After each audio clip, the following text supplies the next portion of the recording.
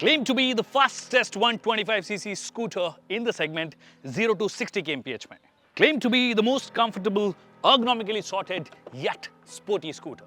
और सेगमेंट में सबसे ज्यादा फीचर्स देने का दावा करती है. पर ये सब दावे हैं और भी कई दावे हैं, पर इनमें सच्चाई कितनी है, बात असली वो है. और इसका जो सबसे क्लोज कंपटीशन है NTorq, उससे ये किन मामलों में बेहतर है, किन मामलों में NTorq मुझे बेहतर लगती है, उन सब चीजों की आज बात करेंगे इस वीडियो में. नमस्कार खमा गणित देवियों सज्जनों, मेरा नाम है विकास योगी, आप देख रहे हैं ऑटो योगी और आज मेरी सवारी हीरो की नई नवेली Xoom 125 होगी.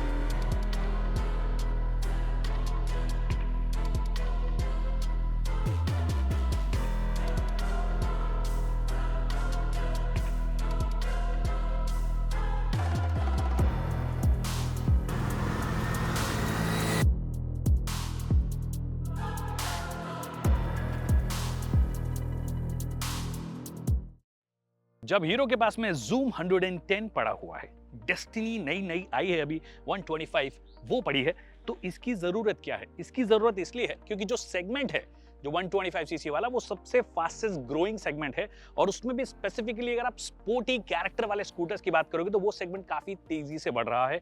NTorq इसका प्राइम एग्जांपल है. उनके पास भी जुपिटर 125 भी आती है, बट NTorq उन लोगों को लेकर आ पाया है जो थोड़े से यंगस्टर्स हैं, कॉलेज गोअर्स हैं, जिनको एक स्पोर्टी कैरेक्टर स्कूटर में भी चाहिए. वहां पे ये फिल करने की कोशिश कर रही है जो गैप हीरो के पास में पड़ा हुआ है. Alright, so the first things first, the platform, the frame. तो एसेंशियली फ्रेम की अगर आप बात करोगे तो वो Xoom 110 वाला जो फ्रेम है उसी को रिवाइज किया है. 14 इसको बोलते हैं. 14 का मतलब 14 इंच का फ्रंट टायर आपको मिलता है, 14 इंच का रियर टायर मिलता है. पीछे वाला 120 सेक्शन का है, आगे वाला 110 सेक्शन का है. इन्होंने बोला कि सेगमेंट का सबसे बड़े टायर्स हम ऑफर करते हैं. बट अगर आप बेंचमार्किंग के हिसाब से देखो तो ऑफ कोर्स NTorq से तो बड़े हैं. NTorq में आपको 12 इंच के टायर्स मिलते हैं जहां तक मुझे याद है. पर अगर आप Aprilia SR 125 को इक्वेशन में ले आते हो तो वहां पर भी आपको 14 इंच के टायर्स मिलते हैं और आई थिंक 120 सेक्शन के ही हैं. तो लार्जेस्ट इन द सेगमेंट तो नहीं हुए, बट लार्ज इनफ. 14 इंच के टायर, बड़ा आपको कॉन्टैक्ट पैच मिलता है, बड़े टायर्स मिलते हैं जो कि कई चीजों में मदद करते हैं, इसके बारे में आगे बात करेंगे. उसके साथ साथ इंजन जो है वो भी इन्होंने डेस्टिनी से तो लिया है, पर उसको भी एनहांस किया है, इंप्रूव किया है. अब अगर आप फंडामेंटल लेवल पे बात करोगे तो ऑफ कोर्स उसका जो इंजन ब्लॉक है वो एग्जैक्टली सेम है जैसा 125 वाला है, मतलब डेस्टिनी 125 वाला है. बट यहां पर दो तीन चीजें चेंज हुई है. सबसे पहले लॉन्गर CVT आपको मिलता है, उसकी वजह से आपका जो गियर रेशियोज का स्प्रेड है वो बेटर हो गया है, जिससे कि सबसे पहले तो टॉप स्पीड परफॉर्मेंस थोड़ी बेहतर होती है. Also transition between different speed वो ज्यादा स्मूथ हो जाता है, और जो कि एक्चुअली आपको यहां पे नजर आएगा भी. हमने आज पूरे दिन से चलाई है. पूरे दिन से चलाने के बाद में एक जो चीज समझ में आई वो ये कि जहां पर 0 to 30 kmph में फिर भी आपको NTorq हो सकता है थोड़ी सी फास्ट लगे, या 0 to 40 में भी फास्ट लगे, बट 0 to 60 जब ओवरऑल काउंट करते हो तो ये उससे थोड़ी सी फास्ट है. मतलब बहुत ही मामूली फर्क है. बट जब आप जैसे ही गाड़ी स्टार्ट करते हो और आप एकदम से चलाना शुरू करते हो तो जो इनिशियल ग्रंट है वो अभी भी NTorq में थोड़ा सा बेहतर लगता है. बट उसके ऊपर अगर आप बात करोगे 40 to 60 या उसके ऊपर जाने की बात करोगे तो ये थोड़ी सी बेहतर फील होती है. ऑल्सो जो ट्रांजिशन भी है डिफरेंट स्पीड्स में ज्यादा बेहतर आपको फील होता है. ये स्मूथ ज्यादा फील होता है इंजन इन दैट सेंस. और उसके लिए भी इन्होंने ऐसे किया है कि इनटेक और एग्जॉस्ट जो है उनको चेंज किया है, जिससे कि बेटर एयर फ्लो मिले. और बेटर एयर फ्लो मिलता है मतलब ज्यादा पावर आपको मिलती है. अब ज्यादा पावर किसके कंपैरिजन में? अगर आप डेस्टिनी 125 की बात करोगे तो डेस्टिनी 125 जो है वो आपको पावर देता है लगभग 9.12 PS, मतलब 9 bhp मान लीजिए, और ये लगभग 9.8 bhp, तो 0.8 bhp के आसपास का फर्क है, 0.7 या 0.8 bhp. हालांकि टॉर्क जो है वो सेम है, बट क्योंकि एक तो गियर रेशियोज में चेंज आया है, CVT जो है वो थोड़ा सा लंबा है, उसकी वजह से आपको ये थोड़ी सी फास्ट फील होगी डेस्टिनी के मुकाबले. बट NTorq के मुकाबले वो मामूली डिफरेंस आपको फील होगा. बट जब बात आती है मक्खनदार चलने की तो मैं क्लियरली बोल सकता हूं this is one of the smoothest 125cc engines that we have seen in a scooter, much more refined than the NTorq 125, क्योंकि वो ज्यादा ग्रंट तो लगता है उसके अंदर, इनिशियल एक्सेलरेशन थोड़ा सा बेहतर लगता है 0 to 30, मतलब वो 0 to 30 kmph तक, बट स्मूथ फील नहीं होता, हमेशा वाइब्रेशंस फील होते रहते हैं. और इस गाड़ी को आप चाहे 90 पे चला लीजिए, काफी स्मूथ इंजन फील होगा. अब देखिए, जैसे कि मैंने आपको बताया था कि टायर्स के साइज बढ़ गए हैं. अब टायर्स के साइज बढ़ाने का लॉजिक क्या है? क्योंकि यूजुअली छोटे टायर्स रखने का एक लॉजिक ये भी होता है कि तो आप वेट सेव कर लेते हो, एफिशिएंसी थोड़ी सी बेहतर हो जाती है, बट क्योंकि इसकी पोजीशनिंग थोड़ी स्पोर्टी वाली है तो उन्होंने टायर्स को बढ़ा रखा है, जो कि एक चीज में मदद करती है। अगर आप अच्छी स्पीड्स कर रहे हो, 70-80 kmph की स्पीड कर रहे हो, वहां पर टायर्स आपको ग्रिप ज्यादा बेहतर देंगे, स्टेबिलिटी जो है हाई स्पीड अच्छी देंगे। इनफैक्ट जो व्हील बेस भी है वो लगभग 1330 mm का, if I am not wrong, जो एग्जैक्ट होगा मैं यहाँ पे क्लियरली मेंशन कर दूंगा, बट व्हील बेस भी अच्छा खासा लंबा है, जिससे कि ओवरऑल अगर आप हाई स्पीड्स पे लगातार चला रहे हो 70-80 kmph, 70-80 kmph और लंबी दूरी तय कर रहे हो, उस वक्त आपको स्टेबिलिटी चाहिए होती है। वो स्टेबिलिटी डेफिनेटली आपको यहाँ पे मिलती है, जो कि ओवरऑल कंफर्ट में भी ऐड करती है। And when it comes to the ride quality, trust me, अगर ऐसे वाले पैचेस हैं जो टूटे फूटे थोड़े रास्ते हैं, उबड़ खाबड़ जैसा नजर आ रहा है, मतलब प्रॉपर अभी रोड बनी नहीं है, उधेड़ी गई है अभी रोड को, जिससे कि ऑफ कोर्स न्यू टारमैक बिछाया जा सके, या फिर खराब रास्ते पे भी अगर आप जा रहे हो तो खराब रास्ते पर भी अच्छा खासा राइड क्वालिटी आपको ये ऑफर करती है। देखिए, कंफर्ट में एक तो रोल होता है ऑफ कोर्स, मतलब राइड कंफर्ट में एक तो रोल होता है आपके टायर्स का, पर दूसरा रोल होता है सस्पेंशन का। स्पेशली अगर आप रियर सस्पेंशन की बात करोगे, जो कि single sided of course suspension है, इसमें एक चीज जो आपको बेहतर लगेगी वो ये कि समहाउ ये अगर आप खराब रास्ते पे इसको गाड़ी को लेकर जा रहे हो तो उस वक्त ज्यादा बेहतर एब्जॉर्प्शन आपको देती है। एक तो टायर्स अपने आप में मदद कर रहे हैं, फिर सस्पेंशंस की जो ट्यूनिंग है वो उस हिसाब से रखी गई है कि अगर आप इसको खराब रास्ते पर अगर लेकर जा रहे हो तो ये आपको ज्यादा बेहतर फील होगी विज इसका जो डायरेक्ट राइवल है। मैं बार बार एनटॉर्क का एग्जांपल से दे रहा हूं क्योंकि एनटॉर्क को ही बेंचमार्किंग करके एक तरीके से प्रोडक्ट बनाया गया है, और उसकी जो कई सारी कमियां थी वो इन्होंने दूर की है, बट कई उसकी खास बातें भी थी। जैसे कि सस्पेंशंस जो है यहाँ पर ज्यादा कंफर्ट ओरिएंटेड है, वहीं पर अगर आप एनटॉर्क की बात करोगे तो एनटॉर्क कंपैरेटिवली ना ज्यादा स्पोर्टी फील होती है। जिप थ्रू होना हो ट्रैफिक में, आपको खटाक से अगर आप जा रहे हो स्लो होके, तेज होके आपको लेन चेंज करनी हो, ये सब चीजें करनी हो, उस सेंस में सस्पेंशन ज्यादा बेहतर काम करते हैं अगर आप वो स्पोर्टी कैरेक्टर ढूंढ रहे हो। बट अगर आप वो स्पोर्टी प्लस कंफर्ट, मतलब थोड़ा कम स्पोर्टी चलेगा बट कंफर्ट ज्यादा चलेगा, उस केस में ये ज्यादा बेहतर काम करते हैं। अब देखिए, एक और चीज जो मुझे एक्चुअली काफी पसंद आई इस स्कूटर में वो है इसकी सीट। सीट जो है कंपैरेटिवली फ्लैट यहाँ पे रखी गई है। It's not too soft like you see in the Ntorq या फिर कई और स्कूटर्स में आपको मिलती है देखने को। ये प्रॉपर जितनी कुशनिंग आपको चाहिए वैसी आपको दी गई है। ऑल्सो अगर ज्यादा कुशन वाली भी हो जाती है, ज्यादा ही सॉफ्ट हो जाती है, तो आप लंबी राइड्स जो करते हो तो आपकी कमर के लिए बहुत अच्छी बात नहीं है। और अगर आप मेरे जैसे उम्र दराज धीरे धीरे होते जा रहे हैं तो आपको ज्यादा बेहतर सीट चाहिए कि आप ज्यादा फ्लैट हो, ज्यादा लंबा चलाओ तो कंफर्ट आपको मिले। तो उस सेंस में बेहद कंफर्टेबल सीट है, काफी चौड़ी भी है सीट अपने आप में, और आप अच्छे खासे बैठ जाते हो। उसके बाद में एक और चीज जो मदद करती है, जब आप थोड़ा लंबा चलाओगे या रोज अगर आप 40-50 किलोमीटर पे चलाते हो तो कंफर्ट तो डेफिनेटली आपको चाहिए होता है। अर्गोनॉमिकली आपका पांव जो बहुत ही अच्छे से पोजीशन यहाँ पे हो रहा है, बहुत बढ़िया तरीके से आपका पांव यहाँ पे पोजीशन हो रहा है। ऑफ कोर्स आपका सिलेंडर यहाँ पे पोजीशन नहीं होगा और वो करना भी नहीं होता आपको वैसे, बट आपका पांव बहुत अच्छे से पोजीशन हो रहा है। कहीं पर भी ऐसा नहीं लग रहा है कि ये मेरे को टच हो रहा है। तो ठीक ठाक हाइट पर आपका हैंडल बार भी दिया गया है।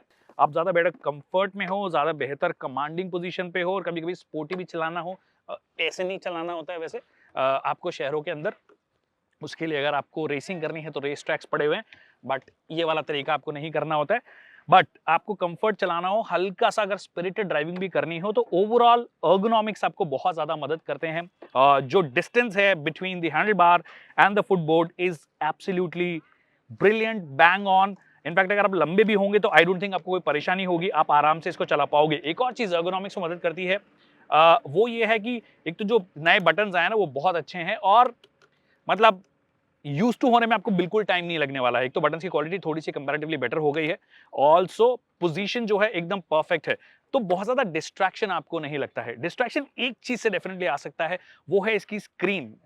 थोड़ी सी छोटी सी स्क्रीन है, फिर इन्होंने बहुत सारे फीचर्स भी देने का दावा किया है, टर्न बाय टर्न नेविगेशन ले लो, ब्लूटूथ ले लो, ये कर लो वो कर लो, पर स्क्रीन इतनी सी बहुत ही छोटी सी स्क्रीन है। इसको थोड़ा सा बड़ा कर देते, थोड़ा सा मजा आ जाता। विजिबिलिटी वाइज कोई दिक्कत नहीं है, बट बात यह है कि बहुत सारी चीजें होने लग जाती है। जब टर्न बाय टर्न नेविगेशन होगा तो वो भी दिखाई देगा, फिर बाकी जो आपके ट्रिप की डिटेल्स हैं वो सारी चीजें दिखाई देने लग जाती है, फ्यूल गेज भी दिखाई देता है, तो ये थोड़ा सा बेहतर कर देते हैं। अदरवाइज अर्गोनॉमिकली मुझे कोई दिक्कत इस स्कूटर में नजर नहीं आई है। अब देखिए, हमने क्लेम किया है कि स्कूटर 0 to 60 में बहुत फास्ट है, स्पोर्टी पूरा का पूरा कैरेक्टर है, ओवरऑल स्पोर्टी स्टैंस के हिसाब से भी बनाया गया है, स्पोर्टी कैरेक्टर को ध्यान में रख के बनाया गया है।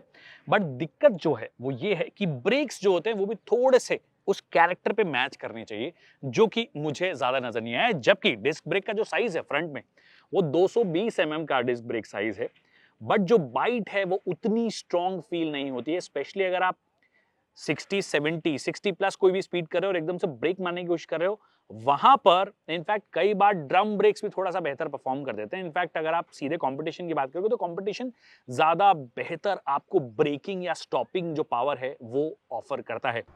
अब एक सवाल जो आपके मस्तिष्क में डेफिनेटली आएगा, कितना देती है, माइलेज कितनी है? स्पोर्टी तो ठीक है, बाकी सब चीज़ें ठीक है, बट माइलेज बताओ भैया। अब देखिए माइलेज जो है ना, अगर आप ये स्पोर्टी सेगमेंट की तरफ जा रहे हो ना, तो आप उम्मीद ज़्यादा ना करो तो ज़्यादा बेहतर है। 40 के आसपास दे देगी। नाउ इफ इट्स गुड और बैड यू टेल मी, क्योंकि NTorq की अगर आप बात करते हो तो NTorq भी एक्चुअली आपको उतना ही एफिशिएंसी दे रही है, लगभग 35 to 40, so in that sense it's not very different. दूसरी चीज, आपका आप मेन स्टैंड तो आपने दे दिया, of course I think as an accessory होगा, बेस वेरिएंट में नहीं मिलेगा आपको, बट इसकी क्वालिटी है, जो साइड स्टैंड है, it doesn't feel so premium. ये थोड़ा सा बेहतर आपका होना चाहिए था। तो कुछ कुछ जगहों पर हल्की हल्की कॉस्ट कटिंग आपको नजर आएगी, बट ओवरऑल अगर आप बात करोगे, सारे पैनल्स की आप बात कर लीजिए, फिट एंड फिनिश लेवल्स की बात कर लीजिए, बाकी सब जगहों पे अच्छी है, बट कुछ कुछ जगहों पे जो थोड़ी सी कॉस्ट कटिंग हुई है, आई विश वो ना होती, but of course it everything comes at a cost. और अगर इसकी कॉस्ट की भी बात करोगे तो इट स्टार्ट्स एट अबाउट 87,000 इसका बेस वेरिएंट। अब बेस वेरिएंट ले रहे हो तो बेस वेरिएंट में अच्छी बात यह है कि फुल एलईडी ट्रीटमेंट वगैरह जो चीजें आपको चाहिए ताम झाम वो सारा दिया गया। जो शोबाजी वाला मामला है, मतलब ये एलईडी, ये ब्लिंकर्स जो है, बेसिकली अगर आप ब्लिंकर्स को देखोगे तो ये सीक्वेंशियल टाइप के हैं, जो कि सेगमेंट में कोई और ऑफर नहीं करता है। फुल एलईडी सेटअप है, स्प्लिट आपको हेडलैम्प दे दी गई है, तो ये सब चीजें डेफिनेटली बहुत अच्छी लगती है। डीआरएल काफी अच्छा लगता है। इनफैक्ट जो टेल लैंप है, टेल लैंप को भी स्प्लिट किया गया और वो भी आपको एलईडी दी गई है, तो फुल एलईडी आपको मिलेगा बेस वेरिएंट में भी। बेस वेरिएंट में जो नहीं मिलेगा, एक तो ऑफ कोर्स आपको डिस्क ब्रेक नहीं मिलेगा, ड्रम मिलेगा, ऑल्सो ये जो थोड़े कनेक्टेड फीचर्स हैं वो आपको वहां पे नहीं मिलते हैं। और जो पूरी लिस्ट होगी, जो जो चीजें मिस करती है वो मैं यहाँ पे क्लियरली मेंशन कर दूंगा। बट टॉप एंड भी जो है वो एक्चुअली अच्छा खासा प्राइस्ड, आई थिंक 93,000 के आसपास है, और ऑन रोड आते आते आई थिंक 1,20 के आसपास होगा। So in that sense I think काफी कुछ ऑफर किया है। और ऑफ कोर्स आपके लिए कुछ स्टोरेज स्पेसेस भी दिए गए हैं, यहाँ पे कुछ आप रख सकते हो। इनफैक्ट ये जो स्पेसिफिक जगह बनाई गई है वो आपका फोन चार्ज करने के लिए बनाई गई है। हालांकि ये यूएसबी जो है इस तरीके से इंटीग्रेट की है। अब इन्होंने बोला है कि ये रेन मतलब वाटर रेजिस्टेंट है, कहीं कोई दिक्कत नहीं होगी। पैकेजिंग जो है, जो केसिंग है, उस हिसाब की दी गई है कि आपको परेशानी नहीं होगी। परेशानी है एक्चुअली निकालने के अंदर, काफी ढूंढना पड़ता है आपको, बट हाँ, आपने फोन लगा दिया, उसके बाद में अच्छी खासी जगह यहाँ पे रख सकते हो। जगह की ही बात कर रहे हैं तो फिर अब अंडर सीट स्टोरेज है उसकी बात कर लेते हैं। कंपनी का दावा है कि एक फुल फेस हेलमेट आ जाएगा। हालांकि हमारा वाला जो रेसिंग हेलमेट होता है या फिर शेल साइज थोड़ा सा बड़ा होता है वो नहीं आएंगे, बट डीप है ये, और आपके जो नॉर्मल फुल साइज हेलमेट्स होते हैं वो इजीली यहाँ पे आ जाएंगे, कहीं कोई दिक्कत नहीं है। बाकी ऑफ कोर्स लाइट भी दी गई है। फ्यूल टैंक का जो कैप है, मतलब जो फ्यूल टैंक की पोजीशन है, पहली बात तो वही चेंज हो गई है, तो फ्यूल टैंक की कैप भी जो है यहाँ पे आ गई है। 5 लीटर का आपको फ्यूल टैंक मिलता है ऑफ कोर्स, बट हाँ, कन्वीनियंस में डेफिनेटली ऐड हो गया है कि जरूरी नहीं कि आपको उतरना ही पड़े। हालांकि उतरना चाहिए वैसे आपको जब भी फ्यूल भरवाते हो। Like I said, it's feature loaded, it is sporty enough, it's not as sporty probably, just अब वो इनिशियल एक्सेलरेशन, इनिशियल ग्रंट की बात करो वहां पे थोड़ा सा मिस करती है, बट कंफर्ट है। 80 की स्पीड पे भी लगातार चलाए हो तो एकदम स्टेबल रहता है, आपको वो चीज डेफिनेटली बहुत पसंद आएगी। टायर्स में ग्रिप बहुत अच्छी है, ब्रेक्स अच्छे नहीं है, पर कई सारी और जो चीजें हैं वो ओवरऑल कंफर्ट को बढ़ाती है। सस्पेंशन बहुत अच्छे से काम करते हैं, तो ये सब चीजें डेफिनेटली इसे एक सही कॉम्प्रोमाइज में इसे बोलूंगा कि आपको स्पोर्टी कैरेक्टर भी चाहिए पर स्मूथ भी चाहिए। This is in fact the smoothest 125 CC scooter right now जो स्पोर्टी कैटेगरी में आते हैं। एक वो कैटेगरी है जो कम्यूटर वाली कैटेगरी, डेस्टिनी वाली, उसकी बात अलग है, और इसकी बात करते हो जब स्पोर्टी होता है तो थोड़ा बहुत ऑटोमेटिकली जब आप इंजन को ज्यादा पुश करोगे, इंजन उस हिसाब से बनाने की कोशिश करोगे कि ज्यादा स्पोर्टी परफॉर्मेंस दे, तो वहां पर ना वो स्मूथनेस गायब हो जाती है या वो कंफर्ट गायब हो जाता है। यहां पर वो सही मिश्रण इन्होंने किया है। What do you guys think about it? Do let me know in the comment section. I hope आपको वीडियो पसंद आया होगा। वीडियो पसंद आया तो इसे लाइक करना और शेयर करना ना भूलिए। Thank you so much people for watching this video.